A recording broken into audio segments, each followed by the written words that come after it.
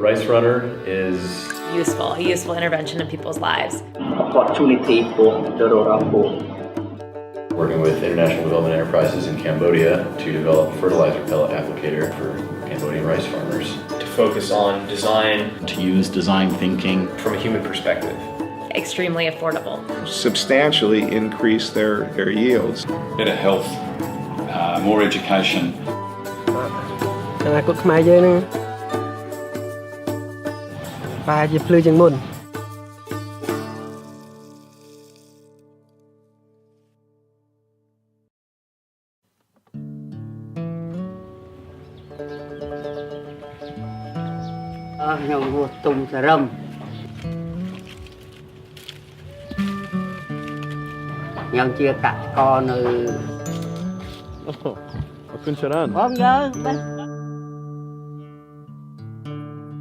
Culturally, farming is what it is to be a Cambodian. It's around 85% living in the rural area.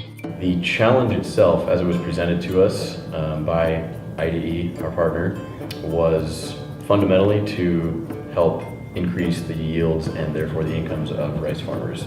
IDE aim to fight poverty at the rural level with profit.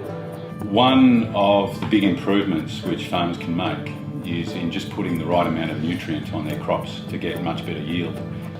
The NGO we were partnered with had a fertilizer pellet. Problem is very labor intensive, very time intensive. They don't really work because they're impossible to put in the ground easily, and it's backbreaking for farmers. So IDE asked us to find a way to mechanically insert fertilizer pellets beneath the soil surface of rice paddies.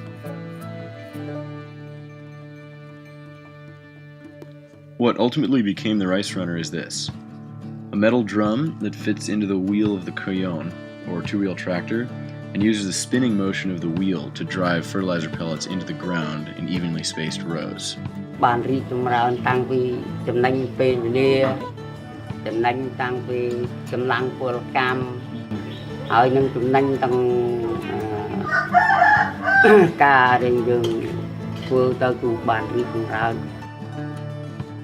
We want to see their choices improve and their knowledge improve.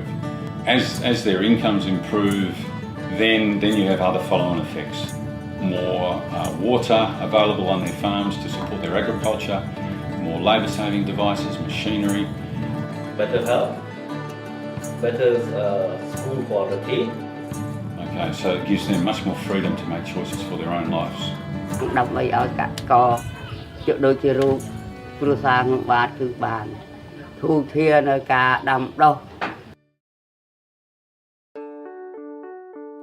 This is about entrepreneurs. This is about a small number of individuals who act resourcefully, think ambitiously, and pull it off on their own.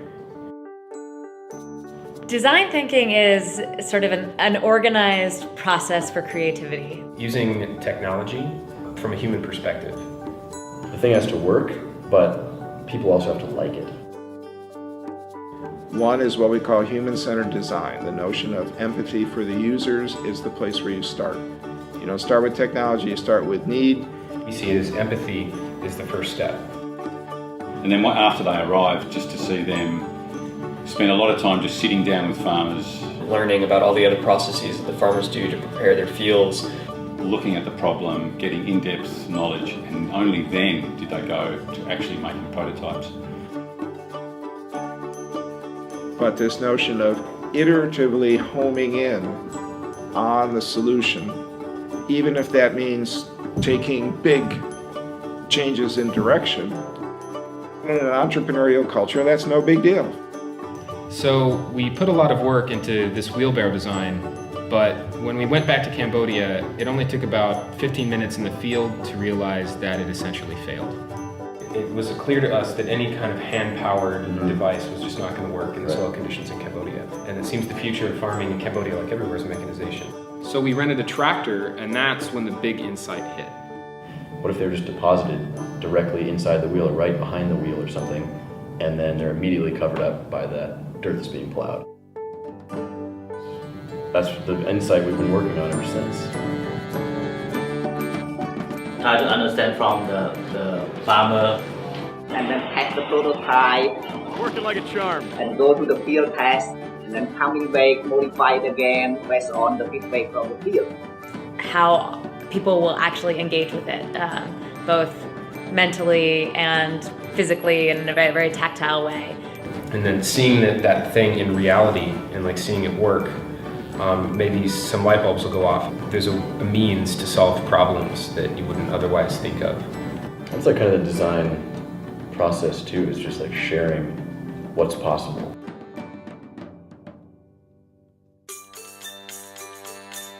The class that the project sprouted from is called Entrepreneurial Design for Extreme Affordability. One of the keys to the class is that it brings together people from so many different disciplines. Will was Earth Systems, Annika and Chuen Hong were on the business side, Christian's the physicist, and my background is in engineering. We were all excited about being involved in all parts of the problem. People that just had different backgrounds, different experience that brought new insight to a problem. It's more than just like the academic background for me, it's also the personal background and the perspective on the problem itself and why they're doing it. The course always starts with partners. We never enter a country without a partner. We never start a project without a partner. And the role of the partner is to provide us with significant in-country experience and knowledge and to offer us the chance to work on a problem that actually has merit. So we have this great team assembled here at Stanford, but the other essential half of the equation is our partner in Cambodia, International Development Enterprises. Just to see them sit back, take in a lot of information, talk to a lot of people, we were pretty astonished at the questions that they were challenging us with even before they arrived. We have a good cooperation and communication. Funny time, but interesting to work. Okay, so in the short term, we now have our design team who's been working with the Stanford team for the last year and intensively for the last couple of weeks. So they know exactly what's got to happen. We'll be doing lots of demonstrations with farmers, and I think the design team just over the last couple of weeks has seen the excitement of the farmers, and it's going to generate a lot of interest, and it's that interest which we then take and turn that into the market for the manufacturers. The partner is our main conduit to success in terms of handing projects back.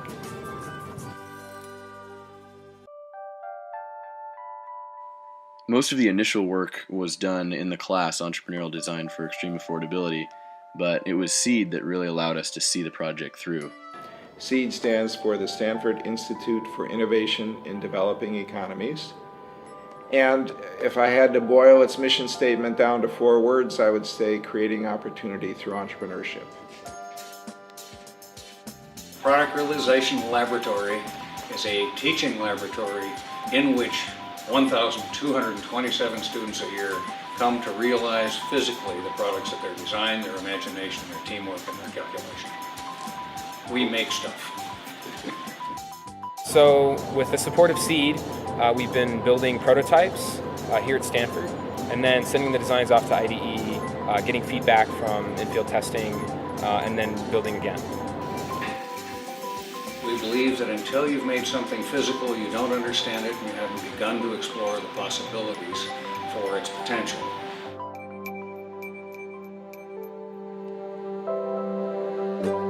Now we head back to Cambodia to do our final field testing and prototyping, and hopefully hand the design over to IDE at the end of it.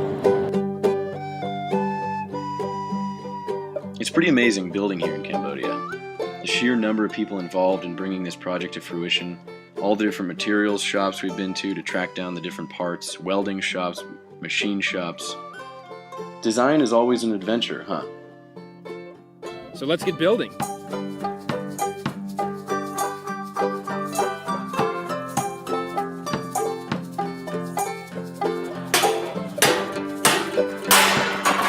That extra work in at the beginning, and we're hoping that the next few times through the process will be much more streamlined and it'll all be more efficient.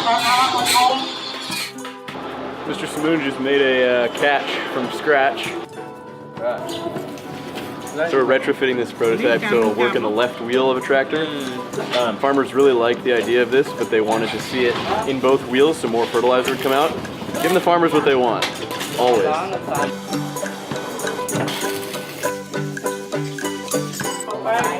One thing we focused on in the design of this applicator is usability, making it really easy to use, making it very fast to, detach it from the wheel, refill it, and then reattach it to the wheel.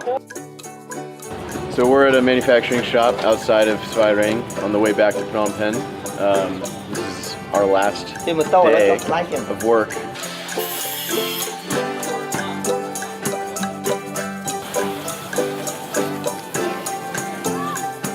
It's very cool. See it complete down there.